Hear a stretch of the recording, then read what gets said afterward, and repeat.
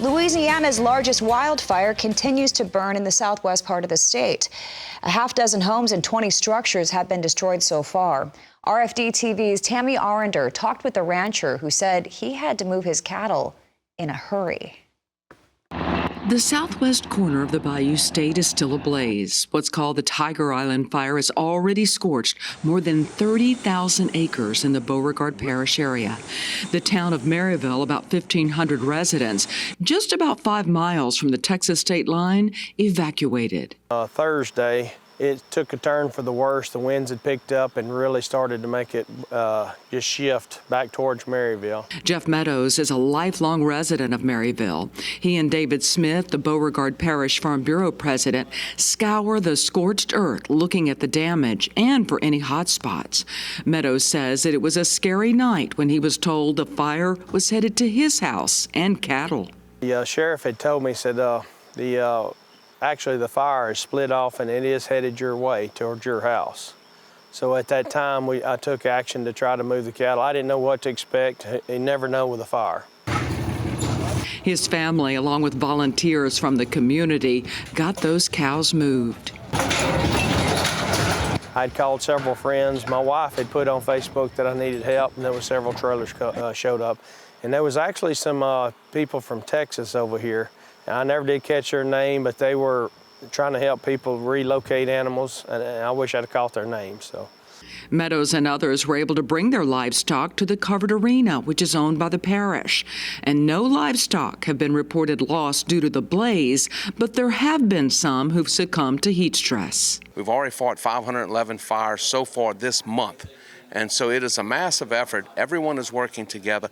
We have teams from 26 states, U.S. Forest Service, the military, everyone bringing to bear, and our men and women are working extraordinarily hard, and they're putting in 110%. Louisiana Commissioner of Agriculture and Forestry, Dr. Mike Strain, says the Tiger Island fire is not the only wildfire in Louisiana. Officials say some 600 fires have ignited statewide due to extreme drought and record-breaking temperatures.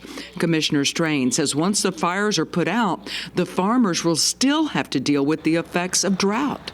Soybeans, we're very concerned because we expect we could have some areas with 10 to 20 bushels. We've already harvested some areas, 10 to 20 bushels per acre if it was not irrigated. We're going to be watching very, very closely our sugar crop and others. And the other thing is that we're getting close to sugar harvest. And so that's going to be how that plays in. We need to get some rain. And also, when you look at the rice crop, we're concerned about the second rice crop, the ratoon crop.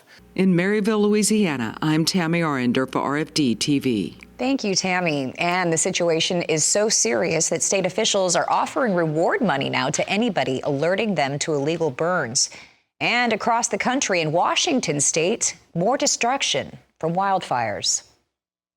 The two Washington state fires that have been particularly destructive, the Oregon fire and the Gray fire. Now, a lot of containment has occurred on those, so they're not any longer a major threat. But again, collectively, those two fires each destroyed more than 300 structures for a combined total of more than 700. The Gray fire in particular burning near Medical Lake or near Spokane, Washington. The other, the Oregon fire, was very close to Elk, Washington.